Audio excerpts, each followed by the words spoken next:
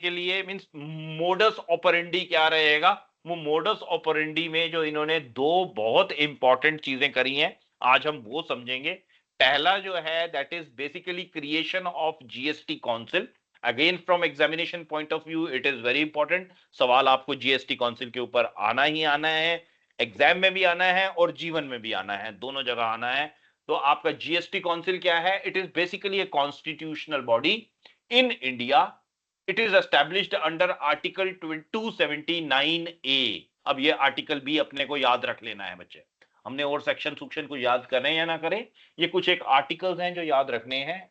तो constitution GST council is a constitutional body in India established under article 279A to govern and make recommendations on GST matters। ये recommendation GST matters पे बनाने के लिए है।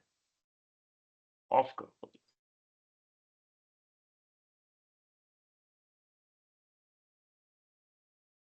कुछ काम था तो एक्चुअली बिना जीएसटी काउंसिल के जीएसटी चलता नहीं है। मतलब इट इज जो ये रिकमेंडेशंस देंगे वो क्योंकि इतनी इंपॉर्टेंट बॉडी है जीएसटी काउंसिल की कि वो रिकमेंडेशंस रिकमेंडेशंस मींस होता है कि आपको बेसिकली जो है वो सिफारिश कर रहे हैं आप कि ये काम कर लो। बट कई कुछ एक ऐसी सिफारिशें होती हैं जो आप मना नहीं कर सकते। मीन्स कल को आप किसी बिजनेस के हेड हैं, मीन्स आप एक बहुत बड़ी कंपनी को जो है ज्वाइन कर लेते हो और वहां पर आप हेड बन जाते हैं, और आपको जिस स्टेट में आप उस कंपनी को हेड कर रहे हैं, मीन्स आप पंजाब में ही हेड कर रहे हैं, और पंजाब का चीफ मिनिस्टर सीधा आप ही को फोन कर देता है कि यार मैं एक ये बंदा भेज रहा हूँ, इसको जो है कहीं देख यार कोई नौकरी मिलती है तो 1.5-2 लाख रुपए महीने की। तो आपके पास क्या चॉइस होती है? If you are sitting in Punjab and Punjab CM is sending you a person कि 1.5 से 2 लाख रुपए के बीच की तनख्वाह वाली नौकरी इसको दे, तो आपके पास क्या चॉइस बचेगी? चुपचाप दे दो। मीन्स पानी में रह के मगरमच्छ से वैर तो नहीं करोगे ना, तो आप चुपचाप दोगे। तो आपको ये जो जैसे ऐसे ही जीएसटी काउंसिल भी है, जब ये एक रिकमेंडेशन देती है, एक सिफारिश करती है, तो सारी स्टेट्स को सेंट्रल गवर्नमेंट को इंप्लीमेंट करना पड़ता है। But again it is just a recommendation, इसके अगेंस्ट जाने वाले लोग भी हैं।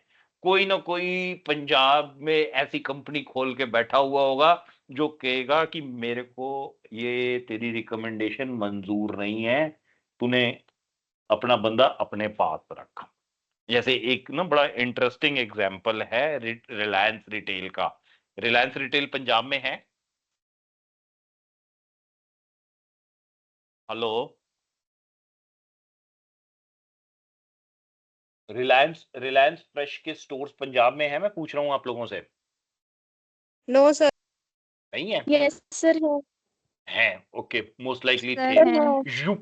यूपी में नहीं है रिलायंस फ्रेश के स्टोर्स, यूपी में जो है वो नहीं है। अब क्यों नहीं है? 2007 में जब रिलायंस फ्रेश जब खुला, 2006 या 7 की खुला खुला हुआ है, तो जो यूपी का चीफ मिनिस्टर होता होता था उस टाइम पे, उसने कहा कि मेरे को जो आप रिलायंस फ्रेश यहाँ पर खोल रहे हैं, मेरे को उसके ऊपर इतनी तो एम्प्लॉयमेंट चाहिए है स्टेट गवर्नमेंट स्टेट के लोगों की, इतना मेरे को इस पे एडिशनल टैक्स चाहिए है, इतना ये चाहिए है, इतना वो चाहिए, एक्स वाई जी ब्ला ब्ला ब्ला। उन्होंने एक लिस्ट बना के जो है वो अंबानीज को हाथ में दे दी कि ये काम कर दो आप, तो आप यहाँ पर जो है स्टोर्स जो है वो अपने चलाइए, अदरवाइज आप बंद कर दीजिए। तो अगले दिन न्यूज़पेपर में मुकेश अंबानी ने निकलवा दिया कि Reliance fresh stores closed in UP. UP में स्टोर्स बंद कर दिए गए, चला लो अपने, मैंने नहीं चलाना, खत्म हो गई बात। Means there is no point running that. मैं कोई लॉस में बिजनेस करने थोड़े ना बैठा हूं कि मैं तेरे को इतने लोगों की एम्प्लॉयमेंट दे दूं, जबकि मैं जो जितनी दे रहा हूं बस उतनी ही दे सकता हूं, इसके बियॉन्ड तो मैं नहीं दे सकता हूं। So there will be always one person या multiple person also there could be there जो रिकमेंडेशंस ना माने, और जीएसटी की काउंसिल की भी रिकमेंडेशन अगर नहीं मानी जाती है तो कोई फर्क नहीं पड़ता। यहां पर ये पत्थर पे लकीर नहीं खींच रहे हैं, ये लॉ नहीं बना रहे हैं, इनका जो जो एडवाइस है वो रिकमेंडेशन है। कोई जरूरी नहीं है कि उस रिकमेंडेशन को फॉलो किया जाए। जब हम फाइनल्स में पहुंचेंगे तो we will be talking about some case studies जो रिकमेंडेशंस जो नहीं मानी गई हैं उसके ऊपर भी चल रही है, जहां पर जो जज होगा उसने अपटर्न कर दिया कि नहीं हम तुम्हारी बात नहीं मानते। मतलब जीएसटी काउंसिल ने कह दिया तो पत्थर पे लकीर नहीं है, बट लार्जली जो रिकमेंडेशन ऑफ जीएसटी काउंसिल है वो लार्जली जो है वो मानी जाती है। तो it is recommendation, it is a key decision making body for GST regime. ये की डिसीजन मेकिंग बॉडी है, ये चीज हमने याद रखनी है। उसके बाद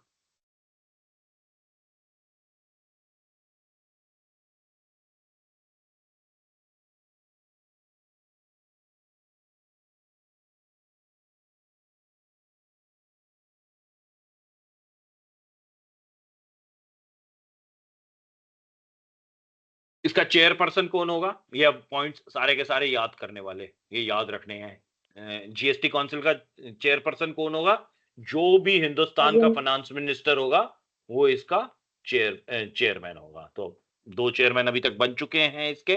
second chairman is Nirmala Sitharaman, पहले चेयरमैन जो है वो अरुण जेटली थे। अब तब जब से ये जीएसटी आया है तब से 2 ही फाइनेंस मिनिस्टर बने हैं और कोई फाइनेंस मिनिस्टर बना नहीं है। उसके बाद बाकी मेंबर्स कौन होंगे, the union minister of state in charge of revenue. जो यूनियन मिनिस्टर जो स्टेट का होगा दैट विल बी बेसिकली जो यूनियन मिनिस्टर ऑफ स्टेट, मतलब इंडिया में एक तो कैबिनेट रैंक के मंत्री होते हैं, एक स्टेट रैंक के मंत्री होते हैं। तो जो यूनियन मिनिस्टर है जो सेंट्रल गवर्नमेंट में स्टेट मिनिस्टर कहलाता है रेवेन्यू का, स्टेट मिनिस्टर रेवेन्यू और फाइनेंस और taxation and minister in charge of finance और टैक्सेशन और एनी अदर नॉमिनेटेड मिनिस्टर। कई बार स्टेट मिनिस्टर जो है वो फाइनेंस का स्टेट मिनिस्टर नहीं होता है, तो फिर जिसको कह देंगे कि भाई तू जो भी कोई एक स्टेट मिनिस्टर दे दो, नॉमिनेट कर दो, वो वाला मंत्री वो जो है मेंबर होंगे। तो एक तो चेयरपर्सन जो finance minister cabinet minister finance minister है वो हो गया चेयरपर्सन, वो मेंबर भी हो गया। दूसरा मेंबर जो है वो यूनियन का स्टेट मिनिस्टर हो गया जो फाइनेंस हेड कर रहा है। उसके बाद हर एक स्टेट का जो है वो finance minister, every states finance minister means and the minister of charge in finance और taxation from each state and union territory with legislature. अगर कोई यूनियन टेरिटरी है जिसका स्टेट लेजिस्लेचर बना हुआ है, तीन तीन यूनियन टेरिटरीज हैं विद स्टेट लेजिस्लेचर, तो उन तीनों का फाइनेंस मिनिस्टर जो है that will also be part of GST council. तो जीएसटी काउंसिल के कौन कौन बंदे हो गए, cabinet minister, state minister, central का स्टेट मिनिस्टर और हर एक स्टेट का फाइनेंस मिनिस्टर जो है, ये बंदा जो है ये जीएसटी काउंसिल का मेंबर होगा। The council makes recommendation to union and states on a wide range of issues. कई इश्यूज के ऊपर जो है वो यूनियन और स्टेट को जो है वो रिकमेंडेशंस देंगे। ये रिकमेंडेशन किस किस से रिलेटेड हुई, these recommendations can be for GST rates and tax exemptions on goods and services। ये रिकमेंडेशन बताती हैं कि जीएसटी रेट क्या होना चाहिए। जैसे हर एक स्टेट का जो फाइनेंस मिनिस्टर है वो बैठ के दिमाग लगाएगा कि यार यूरिया के ऊपर कितनी जीएसटी होनी चाहिए और खाने के ऊपर कितनी होनी चाहिए। पैकेज्ड फूड है तो लगा दो, अगर अनपैकेज्ड फूड है गेहूं चावल आटा दाल अगर खुले में बिक रहा है तो हटाओ यार, इसके ऊपर नहीं लगानी चाहिए, पानी पे नहीं होनी चाहिए। फिर मतलब पॉलिटिकल सब्जेक्ट होता है तो और कई चीजों को एग्जेम्प्ट कर देते हैं, कुछ एक पे ज्यादा लगा देते हैं। सिगरेट पे होनी चाहिए नहीं होनी चाहिए, शराब पे कितनी होनी चाहिए, शराब पे तो जीएसटी है ही नहीं, तो सिगरेट पे जीएसटी है तो सिगरेट पे या तंबाकू वाले प्रोडक्ट्स हैं उस पे जीएसटी कितनी होनी चाहिए। फिर डिपेंड करता है कि जीएसटी काउंसिल में लेडीज कितनी बैठी हुई हैं, अगर लेडीज ज्यादा बैठी हुई हैं तो वो कहेंगी बढ़ाओ जीएसटी इसके ऊपर जितने भी तंबाकू वाले हैं। तो वो सारे मिलजुल के जो है वो चीजें ये करेंगे। बट जीएसटी रेट्स पे एग्जेम्पशन किस में होनी चाहिए, किस पे ज्यादा होना चाहिए, किस पे कम होना चाहिए, that is going to be the prerogative of GST council. वो सब जीएसटी काउंसिल करेगा। तो उन्होंने जीएसटी काउंसिल वालों ने जो है कुछ एक टैक्सेस जो हैं वो लग्जरी टैक्सेस करके लगते हैं, जीएसटी, कुछ एक लग्जरी जीएसटी लगते हैं, तो वो किस पे लगाए हुए हैं? बड़ी गाड़ियों पे। जो कारें, लंबी लंबी कारें हैं, उसके ऊपर जीएसटी ज्यादा लगता है। अगर नॉर्मल पे 28% लग रहा है तो उस पे 40% लगाते हैं। नॉर्मल आइटम्स के ऊपर जीएसटी अगर 28% है तो पान मसाले पे, गुटखे पे, सिगरेट पे 40% लगा देंगे। नॉर्मल अगर जो प्रोडक्ट्स हैं, जो सेहत बनाने वाले प्रोडक्ट्स हैं, उस पे 18% करने की कोशिश करेंगे। जो सेहत बिगाड़ने वाले हैं उस पे 40% लगा देंगे कि यार इसको अवॉइड करो। और अगर तुम अवॉइड नहीं कर रहे हो तो जाते जाते इकोनॉमी का तो भला करते जाओ, और कुछ नहीं। तुमने जाना है, जाओ, कोई बात नहीं, पियो सिगरेट अपनी जो पीनी है, बट हमारे को दे जाओ, सरकार को दे जाओ। कोल्ड ड्रिंक्स पे ज्यादा लगा दिया हुआ है कि cold drinks are also not good for health, तो कोका कोला, पेप्सी, इसके ऊपर भी जो है वो टैक्स जो है वो दबा के लगाओ, कोई दिक्कत नहीं है। नहीं पीते लोग ना पिए, बहुत अच्छा है। अगर पी रहे हैं तो अपना तो नुकसान कर रहे हैं, कम से कम सरकार का ही फायदा करते हैं। तो ये सारी जो है ये रिकमेंडेशन कहां से आ रही है? ये जीएसटी काउंसिल दे रही है। Then there is some model GST laws, law बनाते हैं, वो बढ़िया से बढ़िया लॉ बनाने की कोशिश करते हैं। प्रिंसिपल्स ऑफ लेवी क्या होने चाहिए, प्लेस ऑफ सप्लाई क्या होना चाहिए, ये सारी बातें जीएसटी काउंसिल जो है वो रिकमेंड करता है। Threshold limits for GST exemption, GST जो है वो एग्जेम्प्ट है कुछ लिमिट्स तक। हर किसी को जीएसटी देने की जिम्मेदारी नहीं होती है। हर बंदा जो माल बेच रहा है उसे जीएसटी कलेक्ट नहीं करना है। आपने देखा होगा, आप अपनी शॉप से, लोकल शॉप से सामान खरीद के ले आते हो, कोई वो जीएसटी वीएसटी थोड़ा ना आपसे चार्ज करता है। तो जीएसटी जो है वो चार्ज कब करने की जिम्मेदारी कब आती है, उसका भी वो गाइडलाइंस बनाएंगे। जैसे आज की डेट में जो गाइडलाइंस है, अगर हम पंजाब की या फिर पर्टिकुलरली पंजाब की बात करते हैं, हिमाचल में कुछ एक शायद अलग से गाइडलाइन है, इट बीइंग अ हिली स्टेट। हिली स्टेट्स की थोड़ी सी गाइडलाइंस डिफरेंट है, क्योंकि वहां पर व्यापार रिलेटिवली छोटे दायरे में होते हैं, थोड़े से रिलेटिवली जो है वो सेल कम होती है, तो इसलिए उनकी लॉज थोड़ी सी उन्होंने स्ट्रिक्ट रखी हुई हैं। बट अगर हम आज पंजाब की बात करते हैं तो पंजाब में 40 लाख रुपए साल के, अगर वो सेल जो है वो 40 लाख रुपए से कम कर रहा है एक साल में, मीन्स अगर एक शॉपकीपर, एक वेंडर जो है वो 40 लाख रुपए से साल में सेल कम कर रहा है, गुड्स और सर्विसेज मिला के, गुड्स और सर्विसेज की सेल 40 लाख रुपए से वो अगर कम कर रहा है, तो उसको जीएसटी में रजिस्ट्रेशन कराने की जरूरत नहीं है। जब वो जीएसटी की रजिस्ट्रेशन नहीं कराएगा तो जीएसटी चार्ज भी नहीं करेगा। तो वो रजिस्टर्ड डीलर कब होगा? अगर उसकी एक साल की सेल जो है वो 40 लाख रुपए से ज्यादा है। वैसे ही कुछ एक स्पेशल स्टेट्स है, स्पेशल स्टेट्स में I think Himachal is out of it now, 40, वो भी 40 लाख है। बट कुछ एक स्टेट्स अभी भी हैं, जैसे मिजोरम है, और छोटी मोटी स्टेट्स हैं, उसके नाम हमको याद रखने जरूरी हैं। वो हम अगली क्लास में करेंगे जब जीएसटी की एग्जेम्पशन को पढ़ रहे होंगे। तो देयर आर सम 6 और 7 स्टेट्स जहां पर वो जो 40 लाख रुपए की लिमिट बाकी सबके लिए है, वो 20 लाख रह जाएगी। 40, 20 और 10, ये तीन लिमिट्स हैं, 40, 20, 10। This we will read about it in the next class. ये threshold limits for GST exemption बनाई हुई है, ये चेंज हो चुकी हैं एक बार। तो ये चेंज किसने करी? ये जीएसटी काउंसिल ने रिकमेंड करा, उसकी वजह से चेंज हुई। जब कभी शुरुआत करी थी तो अलग लिमिट्स थी, आज की डेट में अलग लिमिट्स है। हमको आज की लिमिट्स याद रखनी है, सारी लिमिट्स याद नहीं करनी है हमें।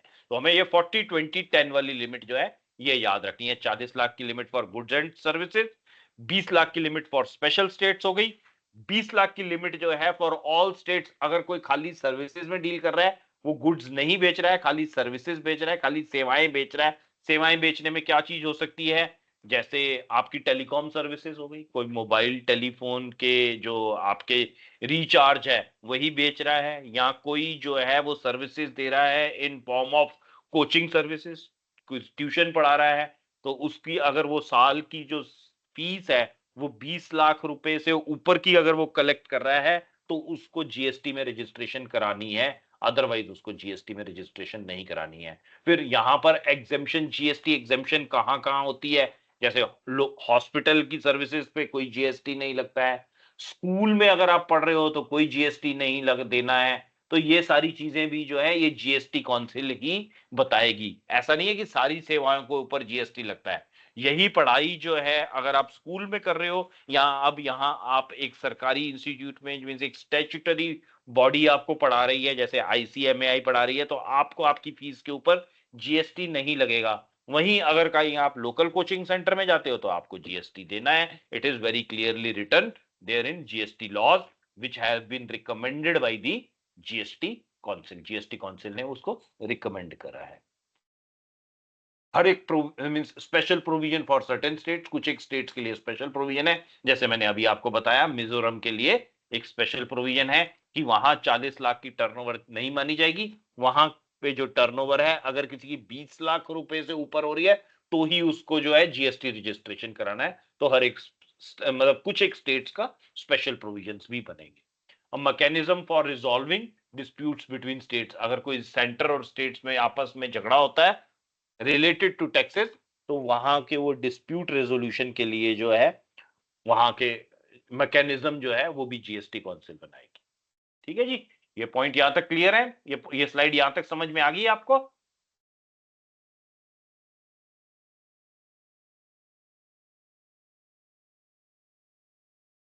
हाँ मान लू। सर हेलो, थोड़ा बहुत समझ लगा। थोड़ा बहुत समझ लगा? क्या नहीं समझ में आया बताओ?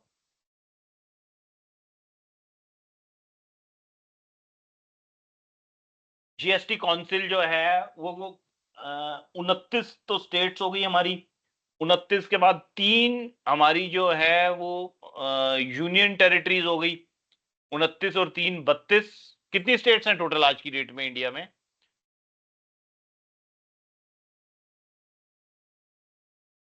Of states in India 28 states हैं, 28 स्टेट्स हैं और 3 आपकी यूनियन टेरिटरीज हैं जो स्टेट लेजिस्लेटिव वाली हैं। तो 28 और 3 31 बंदे तो स्टेट गवर्नमेंट और जीएस यूटी से आ गए। 28 और 3 31 और 2 बंदे सेंट्रल गवर्नमेंट के बैठेंगे। 31 और 2 33 बंदों की मिला के ये कमिटी बनी है जिसको जीएसटी काउंसिल कहते हैं। इस पॉइंट में कोई दिक्कत? ये मतलब ये चीज एक एक करके दोबारा से समझ लेते हैं। मींस यूनियन फाइनेंस मिनिस्टर जो है, जो निर्मला सीतारमन है, जो यहाँ जो भी उस चेयर पे बैठेगा वो इस काउंसिल का चेयरमैन होगा। काउंसिल में बंदे कितने हो गए? एक फाइनेंस मिनिस्टर खुद, दूसरा जो है वो स्टेट फाइनेंस मिनिस्टर, 2 बंदे सेंट्रल गवर्नमेंट के हो गए। 28 स्टेट हो गई, 2 और 28 30 बंदे हो गए। 3 बंदे जो हैं वो एक दिल्ली का बैठेगा, एक जम्मू कश्मीर का बैठेगा और तीसरा बंदा जो है वो पुडुचेरी का बैठेगा। 3 मिनिस्टर उनके बैठेंगे, तीन फाइनेंस मिनिस्टर इन तीनों स्टेट्स के, इन तीनों यूनियन टेरिटरीज के। 28 बंदे जो हैं वो 28 अलग अलग स्टेटों के, पंजाब का, हिमाचल का, उसके बाद पंजाब हिमाचल के बाद हरियाणा का, हरियाणा के बाद यूपी का, यूपी के बाद उत्तराखंड का, जितनी भी सारी स्टेट्स हैं सबका फाइनेंस मिनिस्टर जो है इसका हिस्सा बनेगा। तो ये जो 28 और 3 31 और 2 33 बंदों की एक ग्रुप, कोर ग्रुप बन गया, इसको जीएसटी काउंसिल कहते हैं। ये जीएसटी काउंसिल का चेयरपर्सन कौन हो गया? ये फाइनेंस मिनिस्टर खुद हो गया। तो मतलब ये मतलब जो सामने बैठा करेगा, जिसकी बात माननी पड़ती है, चेयरपर्सन का वो मतलब होता है कि लीडर ऑफ द हाउस वो है। अब ये सारे के सारे बंदे जो हैं मिलके एक काउंसिल बनाएंगे। ये वो काउंसिल है जो जीएसटी के बारे में लोगों को मतलब जो जीएसटी के बारे में लॉ जो बन रही है, जो जब लॉ बनेगी तो जीएसटी में क्या लॉ होनी चाहिए उसकी रिकमेंडेशन ये 33 बंदों की टीम करेगी। ये 33 बंदे मिलके फैसला करेंगे। अब ये 33 बंदे मिलके फैसले किसके ऊपर करेंगे, किन चीजों के लिए फैसला करेंगे? ये फैसला करेंगे कि किसी प्रोडक्ट के ऊपर, किसी आइटम के ऊपर जीएसटी रेट क्या होना चाहिए, किस प्रोडक्ट या किस सर्विस को हम जीएसटी से एग्जेम्प्ट करने जा रहे हैं, विद रीजन बताया करेंगे, तभी होगा। आपस में डिस्कस करा करेंगे कोई भी फैसला लेने से पहले, तभी होगा। उसके बाद जीएसटी जो जो अभी हम लॉ पढ़ रहे हैं, इस जीएसटी की लॉ में क्या चेंजेस होने हैं, क्या चीज एज इज रखनी है, क्या चीज बदलनी है, इसकी रिकमेंडेशन करेंगे। जो जीएसटी की एग्जेम्पशन है उसकी लिमिट क्या रखनी है, वो आगे चल के बढ़ जानी चाहिए ना। जैसे जैसे आपकी पैसे की कीमत गिरती चली जाती है इन्फ्लेशन की वजह से, तो ये लिमिट्स भी चेंज हो जानी चाहिए। तो ये थ्रेशोल्ड लिमिट्स की जो एग्जेम्पशन की थ्रेशोल्ड लिमिट्स हैं, इसको चेंज करने की रिकमेंडेशन भी जो है जीएसटी काउंसिल करेगा। जैसे मैंने आपको बताया कि एक बार चेंज हो चुकी है, हम शुरुआत किसी लिमिट से हुए थे, आज की डेट में जो लिमिट है वो बढ़ चुकी है, उस पहले जो लिमिट होती थी उससे अब नई लिमिट जो है वो बढ़ी हुई है। तो that has happened over the last 8 year, rather आज से 6 साल पहले ही वो चेंज हो गई थी। मीन जैसे ही ना, आज से 6 साल पहले नहीं, जीएसटी आने के 6 साल बाद ही वो चेंज हो गई थी। तो हर 5-6 साल में ये लिमिट चेंज करनी है, वो कौन करेगा? वो जीएसटी काउंसिल करेगा। अगर कोई डिस्प्यूट हो जाता है, जैसे अभी हमने देखा था स्टेट टैक्सेस जो हैं, जो लास्ट में जो टैक्सेस थे, जो शुरुआत में टैक्सेस पंजाब गवर्नमेंट ने 800 रुपए चार्ज किए थे, और लास्ट में टैक्सेस जो हैं वो स्टेट बी ने 864 रुपए के टैक्सेस जो हैं सेंट्रल गवर्नमेंट ने स्टेट गवर्नमेंट को दे दिए थे। कहीं आपस में दो स्टेट्स में या एक सेंटर और एक किसी एक स्टेट में डिस्प्यूट होता है, तो उसको डिस्प्यूट को रिजॉल्व करने का जो तरीका है वो भी जीएसटी काउंसिल बताएगी। तो जीएसटी काउंसिल अभी तक हमने समझे हैं, ये 5 पॉइंट्स हैं जो इसके जो मेन फंक्शन है जिसके ऊपर वो काम करेगी। फिर वो डिसीजन कैसे लेगी? डिसीजन यहां डेमोक्रेटिकली होना है। डेमोक्रेटिकली का मतलब जैसे वोट होते हैं, इलेक्शन होते हैं, वैसे ही यहां पर हाथ खड़े करके वोट डाले जाएंगे। अब वोट डालने हैं तो कोई भी लॉ कब बनेगा? जब किसी एक बॉडी, मतलब जो सारा एक कोई मुद्दा जो है वो पेश हुआ, मुद्दा मान लेते हैं एक सिंपल सा पेश हुआ कि यार जो जो सिगरेट है ना, ये नुकसान करती है, तो इसके ऊपर जो जीएसटी है ना वो 40%, आज की डेट में इसको 50% कर देते हैं। तो वो 50% कब होगा? मीन्स एक बंदे ने प्रपोज करा, अगर उसको 3/4 मेजोरिटी के मेंबर्स जो हैं वो एग्री कर लेते हैं तो होगा, अदरवाइज नहीं। मीन्स 3/4 वोट मिलने चाहिए। 3/4 वोट्स जो हैं वो उसको मिलने चाहिए, 3/4 ऑफ द वेटेड वोट्स। यहां ये चीज इंपॉर्टेंट है जो हमने समझनी है। 3/4 of the weighted votes of the members present and voting, जितने लोग प्रेजेंट है उनके 3/4 वेट मिलने चाहिए। अब वोट हर किसी के पास एक वोट नहीं है, यहां पर ये ध्यान रखना है। This is very important. ये पॉइंट समझ में आ जाएगा, और ये पॉइंट समझ में आ गया तो मोटे मोटी बाकी तो ज्ञान था, ज्ञान तो कभी भी आ सकता है आपको, बट ये वाला पॉइंट जो है ये इंपॉर्टेंट है कि एक तो 3/4 ऑफ द वेटेड वोट्स जो हैं वो मेंबर के प्रेजेंट, जो प्रेजेंट है और वोट कर रहे हैं वो है। वोट की वेटेज क्या है? Central government vote has a weightage of 1/3 of the total weights.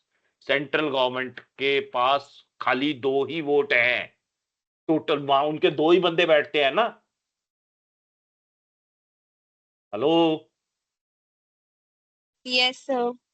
33 में से दो बंदे सेंट्रल गवर्नमेंट के हैं ना, बाकी 30 बंदे जो हैं, मतलब टोटल कितने थे? 28 और 3 31। 31 बंदे जो हैं वो तो स्टेट गवर्नमेंट्स के बैठे हुए हैं, दो बंदे सेंट्रल गवर्नमेंट के बैठे हुए हैं। बट इन दो बंदों के पास कितने वोट है? 1/3 of the total vote. Central government has a weightage of 1/3 of the total votes cast. जो टोटल वोट्स उनके पास हैं वो 1/3 है। अगर मान लीजिए 33 लोगों ने वोट करा, सारे के सारे बैठे हुए थे, 33 लोगों ने वोट करा, तो इन दो बंदों के वोट्स की वेटेज जो है वो 1/3 मानी जाएगी। 1/3 ऑफ द टोटल, यानी कि 33 में से 11 वोट इन्हीं के माने जाएंगे। बाकी जो 33 है वो उनका मतलब वोट्स कुछ इस तरह से हो गए। वोट्स जो टोटल है, अगर सब लोग वोट करने शुरू कर दे तो 31 वोट तो हो गए स्टेट गवर्नमेंट के, और इनके जो वोट हैं वो कितने हुए? सेंट्रल गवर्नमेंट के वोट कितने डाले अब? दो। दो तो नहीं मानेंगे। दो हुए, अगर अगर हम 1 मिनट के लिए दो मान लें तो is equal to 2 divided by 31 plus 2 33। तो ये तो जो है कुल मिला के वोट हो गए इनके 6%। हमको इनके वोट चाहिए 33%, यही लिखा है ना। तो इनके दो यस। की जो इनकी जो दो की वेटेज है वो जो होएगी वो होगी, means this will be considered as कि यहां ये जो 31 है, दिस इज 2/3। 31 जो है वो 2/3 किसका नंबर है? 31 is 2/3 of is equal to this into 3 divided by 2। तो हमारे पास टोटल जो वोट हैं, हमारे पास टोटल वोट 46.5 माने जाएंगे। अगर पूरे 31 प्रेजेंट है तो 46.5, और हमारे पास जो 46.5 में से 31 वोट इनके हो गए, और इनके वोट जो होंगे वो कितने होंगे, 46.5 माइनस 31, इनके वोट हो जाएंगे 15.5। इनके 15.5 वोट माने जाएंगे, मतलब इनके वोट हो गए 31, स्टेट गवर्नमेंट के हो गए 31, और सेंट्रल गवर्नमेंट के माने जाएंगे 15.5 वोट। मतलब एक बंदे ने अगर वोट दे दिया फेवर में और दूसरा दे दिया अगेंस्ट में, तो एक बंदे के 7.25 वोट है। अगर सेंट्रल गवर्नमेंट की बात करते हैं तो एक बंदे के 7.25 वोट हो गए। स्टेट गवर्नमेंट में हर बंदे का 1 वोट है, और सेंट्रल गवर्नमेंट के एक बंदे के 7.25 वोट है। ये पॉइंट अगर नहीं समझ में आया तो बच्चे हम डिस्कस कर सकते हैं इसमें, ये भी इंपॉर्टेंट है। इसमें पॉलिटिक्स भी है, मैथ्स भी है, दोनों चीजें। तुम्हारी चुप्पी बता रही है कुछ नहीं पता चला क्या बात हुई। पूछ लो। तो रिपीट कर दो।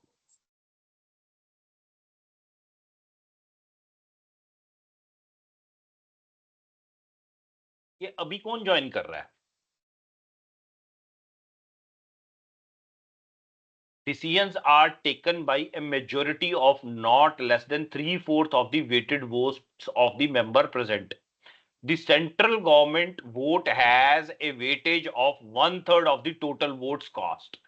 जितनी भी वोट्स डलेंगे, 1/3 वेटेज जो है that actually is of central government. जितने भी वोट डलेंगे तो उसमें 1/3 वेटेज जो है वो सेंट्रल गवर्नमेंट की मानी जाएगी। अब आप मान के चलिए कि सारी, इसको एक छोटे से एग्जांपल के थ्रू समझते हैं। सारी स्टेट्स ने मिल के कहा, आज की डेट में नहीं है सारी स्टेट्स बागी हैं, मैं कुछ एक स्टेट्स बागी नहीं है, बट पंजाब की स्टेट तो बागी है ना पूरी तरह से। मतलब पंजाब की भी और हिमाचल की भी, दोनों स्टेट्स जो हैं they are run by the teams which are other than central government. दोनों ही स्टेट्स अलग है, मतलब दिल्ली सेंट्रल गवर्नमेंट जो है वहां बीजेपी की भी गवर्नमेंट है। पंजाब जो है, पंजाब जो है वो आम आदमी पार्टी चला रहा है, एचपी जो है वो कांग्रेस चला रही है। ऐसा ही है ना।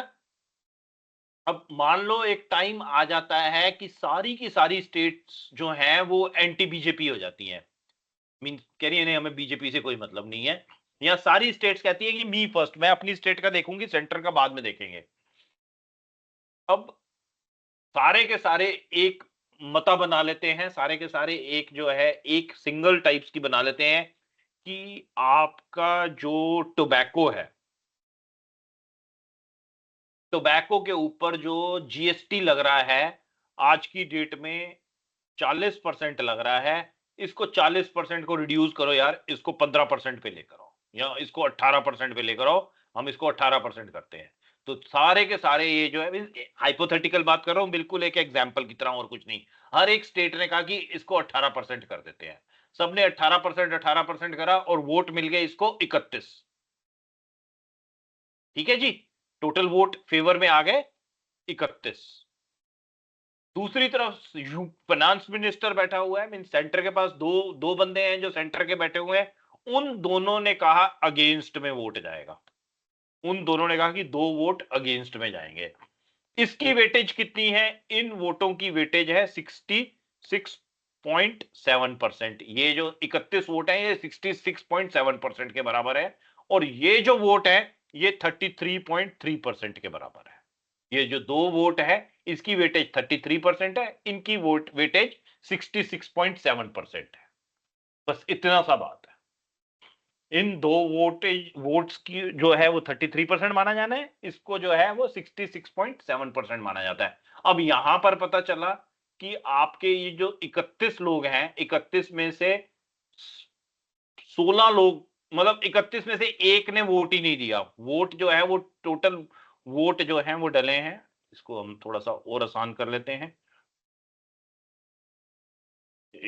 सॉरी, कॉम्प्लिकेट कर रहे हैं हम तो, आसान नहीं कर रहे, कॉम्प्लिकेट नहीं करते। 31 में से यहाँ पर जो 31 है, इन 31 में से आपके जो वोट डले, वो 25 लोग तो इसके फेवर में थे और 5 लोग जो हैं वो इधर थे, इनके साथ थे कि ये जो आपकी सेंट्रल गवर्नमेंट है, इस टीम में थे। तो यहाँ जो ये 25 लोग हैं, मीन्स अगर 31 लोग जो हैं, ये 66.7% हैं, तो 25 लोग कितने हो जाएंगे?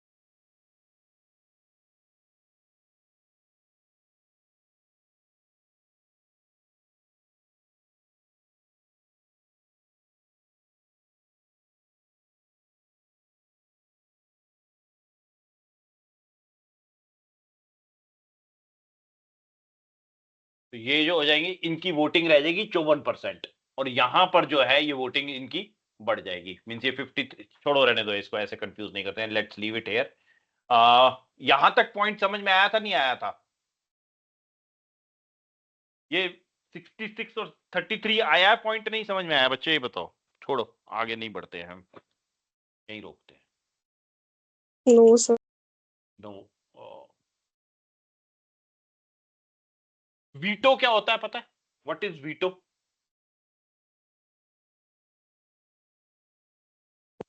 क्या sir? Veto, what is no veto? Sir, नहीं पता। वीटो नहीं पता आपको? No sir. नाम कहीं टर्म सुनी है नो कि सर। उसके पास वीटो वीटो पावर है, वीटो वोट है? नो सर, नहीं सुना। नहीं सुना। घर में फादर के पास वीटो पावर होती है ज्यादातर। आप मान लो दो भाई बहनों और एक मम्मी है आपकी, और एक पिताजी हैं। आप तीनों ने जो है एक मन बना लिया है कि हम जो है आज मार्केट जाएंगे, will go to market today. आज आपने मन बना लिया कि मार्केट जाना है, चाहे कुछ हो जाए, आज मार्केट जाना है।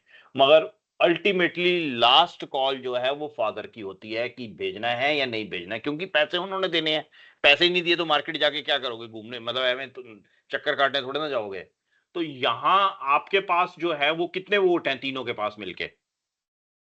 आप, आपकी सिस्टर या ब्रदर और आपकी मम्मी, आप तीनों के पास 3 वोट है डेमोक्रेसी में। आपके 4 मेंबर हो यस घर सर। में, 4 मेंबरों में 3 के पास जो है वो डेमोक्रेसी है, तीनों के साथ मिलके जो है, तो आप इलेक्शन जीत जाओगे, क्योंकि 3 बंदे कह रहे हैं हमने मार्केट जाना है, चौथा बंदा घर में आया, लड़के आया है, पता नहीं या किसी से झगड़ा करके आया है, क्या हुआ है पता नहीं। आते ही पहले तो हिम्मत ही नहीं कर रहे आप पूछने की। जिसने पूछने की हिम्मत करी उसे पड़ गई डांट कि जाना है मार्केट, तेरा पेपर सिर पे आ रहे ने, बैठ के पढ़। और आइडिया कैंसल कि अब तो नहीं जा सकते, खत्म होगी बात, आप चुपचाप से बैठ जाओगे आराम से।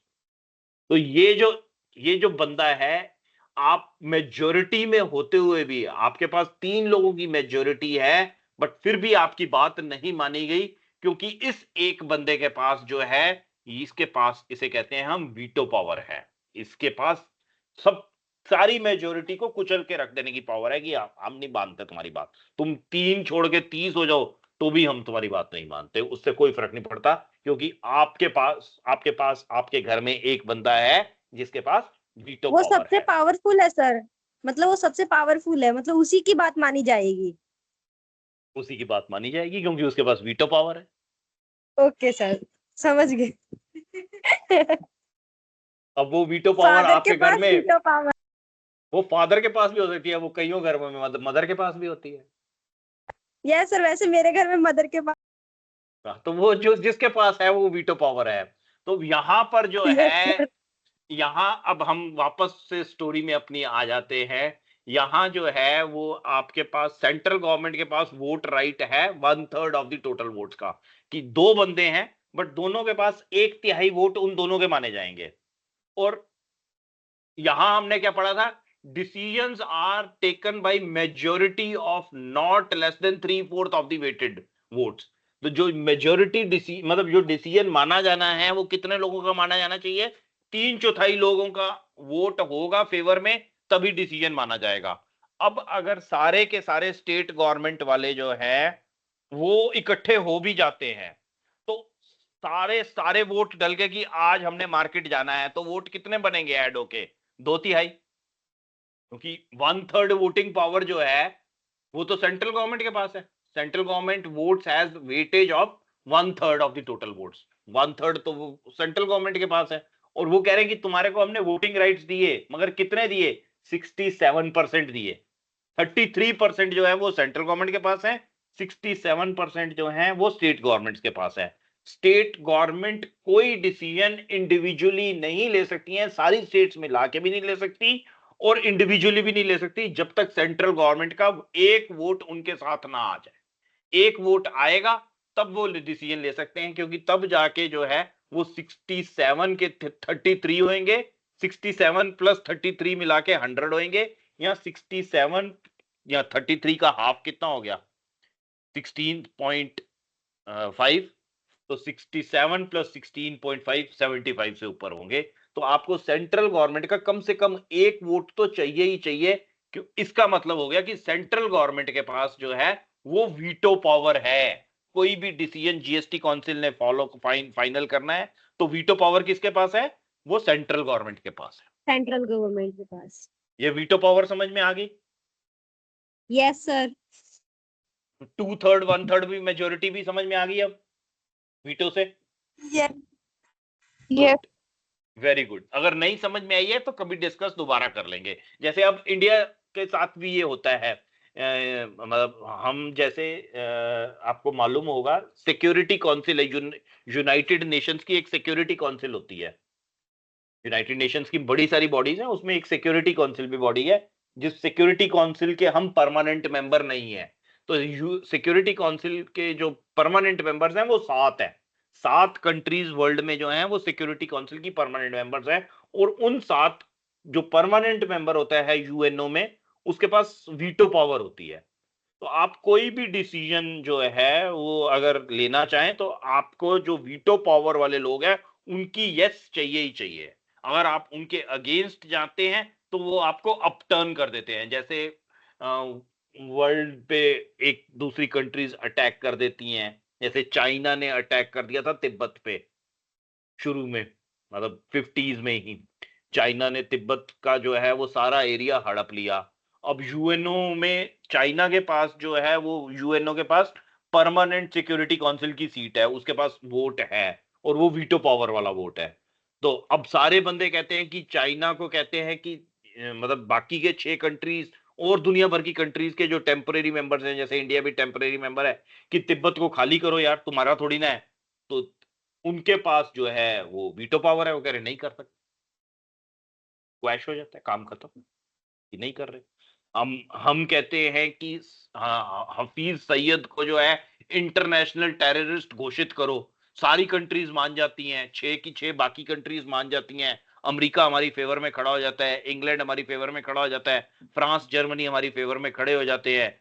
चाइना कहती है नहीं, वो इंटरनेशनल टेररिस्ट नहीं है, वो घोषित नहीं होता है, तो वो वीटो पावर है। वैसे ही जो वीटो पावर है, here the veto power lies with the central government. Central government के पास क्योंकि 33% वोट्स, 33% वोट्स सेंट्रल गवर्नमेंट के पास है। और मेजोरिटी कितने से मानी जाती है, वो 75% की मेजोरिटी मानी जाती है, 51% की मेजोरिटी नहीं मानी जाती है। तो हमने पॉइंट्स याद क्या करने हैं, हमने पॉइंट्स ये 3 पॉइंट्स याद करने हैं बिसाइड्स ये ऊपर वाले जो थे, कि एक तो 3/4 of the weighted votes of the members present and voting, that will be considered majority.